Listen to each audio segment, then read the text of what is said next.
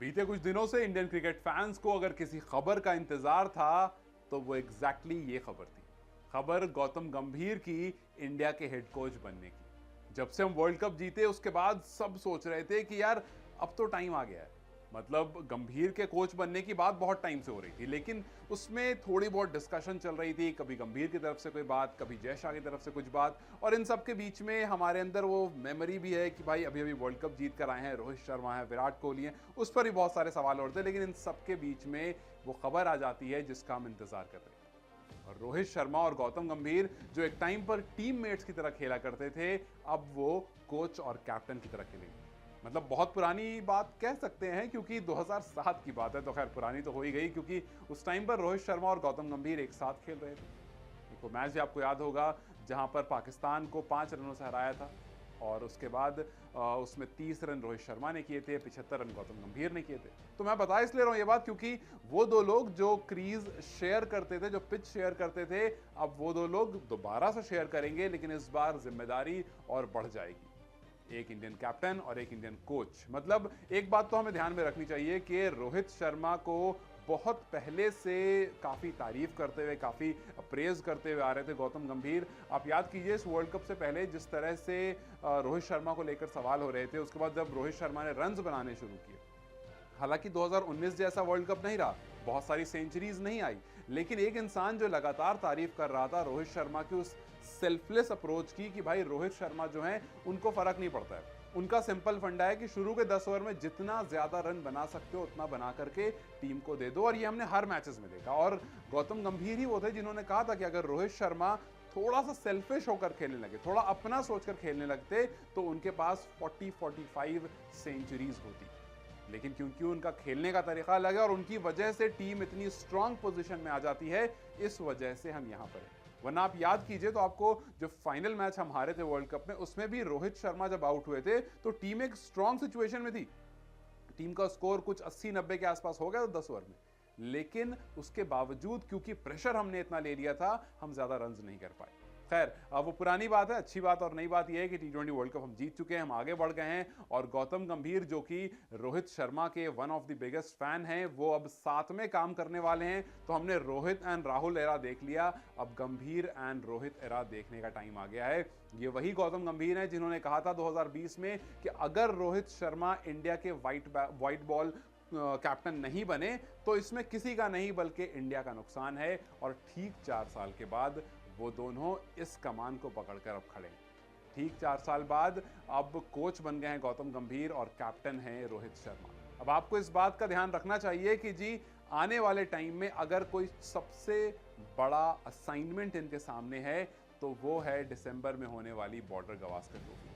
क्योंकि उससे पहले ठीक है सीरीज हैं, T20s हैं, टेस्ट हैं, बट सबसे बड़ा असाइनमेंट इस साल का जो है वो है बॉर्डर गवास्कर ट्रॉफी। और वहां पर देखना होगा कि गौतम गंभीर किस माइंडसेट से इस टीम को तैयार करते हैं। देखिए अगर वहां पर राहुल द्रविड़ होते तो हम कहते कि जी राहुल द्रविड़ द वॉल हैं, टेस्ट के बादशाह हैं, उनको पता है कैसे प्रिपेयर करना है, और वो उसी तरह से प्रिपेयर कराते हैं। और हमने देखा राहुल द्रविड़ के साथ जब जब रोहित शर्मा आए टेस्ट मैचेस हमने काफ़ी अच्छे खेले।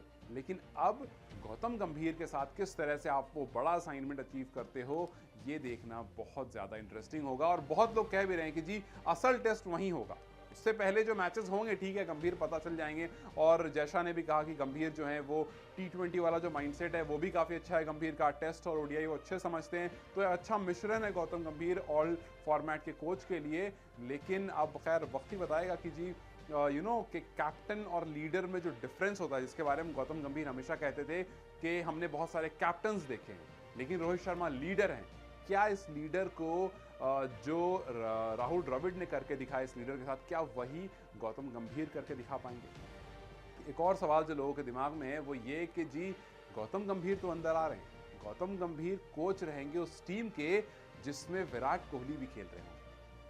गौतम गंभीर जो कि बहुत स्ट्रिक्ट रहते हैं अपने रूल्स एंड रेगुलेशंस को लेकर के, हमने देखा है जब वो दिल्ली के साथ जुड़े थे तब भी, हमने देखा जब वो लखनऊ के साथ जुड़े थे तब भी, हमने देखा जब वो KKR के साथ जुड़े थे तब भी। और जब जब हमने बात करी, हर्षित राणा आए थे वही बता रहे थे कि जी उनका बड़ा सॉर्टेड है, उनको पता है करना क्या है और उनके प्लान्स पहले ही रखे रहते हैं और आपको उसके अकॉर्डिंग चलना होता है। अब देखना यह है कि विराट कोहली, हमने जिनको देखा पास में कुछ कोचेस से उनकी नहीं बनी और उस वजह से कुछ कोच जल्दी निकल कर चले गए। तो ये देखना बहुत इंटरेस्टिंग होगा कि गौतम गंभीर जो अपने प्लान सामने रखेंगे, क्या विराट कोहली उन प्लान्स को अप्रूव, खैर वो क्या अप्रूव करेंगे, बट क्या उनके साथ वो लाइन बाय लाइन चलेंगे, क्या लगेगा कि हाँ सही है, या फिर थोड़े से इश्यूज शुरू हो जाएंगे, क्योंकि लोग इस बारे में बात कर रहे हैं और हम आपसे भी जानना चाहेंगे आपको क्या लगता है कि गौतम गंभीर के आने के बाद कौन सी वो मुश्किल चीजें होंगी जिसको गौतम को थोड़ा सा ईज अप करना होगा।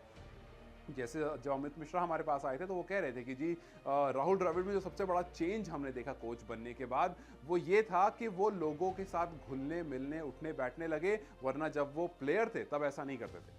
प्लेयर थे तब वो ज्यादातर अपने ड्रेसिंग रूम में रहते थे, अपने रूम में रहते थे, अपने ही आसपास रहते थे और 2-3 लोग थे जिनसे वो बात करते थे, वरना पूरी टीम से प्रोफेशनली बातें होती थी बट पर्सनल कॉन्टैक्ट्स नहीं होते थे, बिकॉज इंट्रोवर्ट टाइप के लोग होते हैं, इसमें कोई बड़ी बात नहीं है। लेकिन वो उस चैलेंज को ओवरकम किया जब वो कोच बन गया, बिकॉज आप इंट्रोवर्ट बन के कोच नहीं बन सकते, आपको लोगों के साथ घुलना मिलना पड़ता है, बहुत सी चीज़ें समझनी और सिखानी और सीखनी पड़ती है।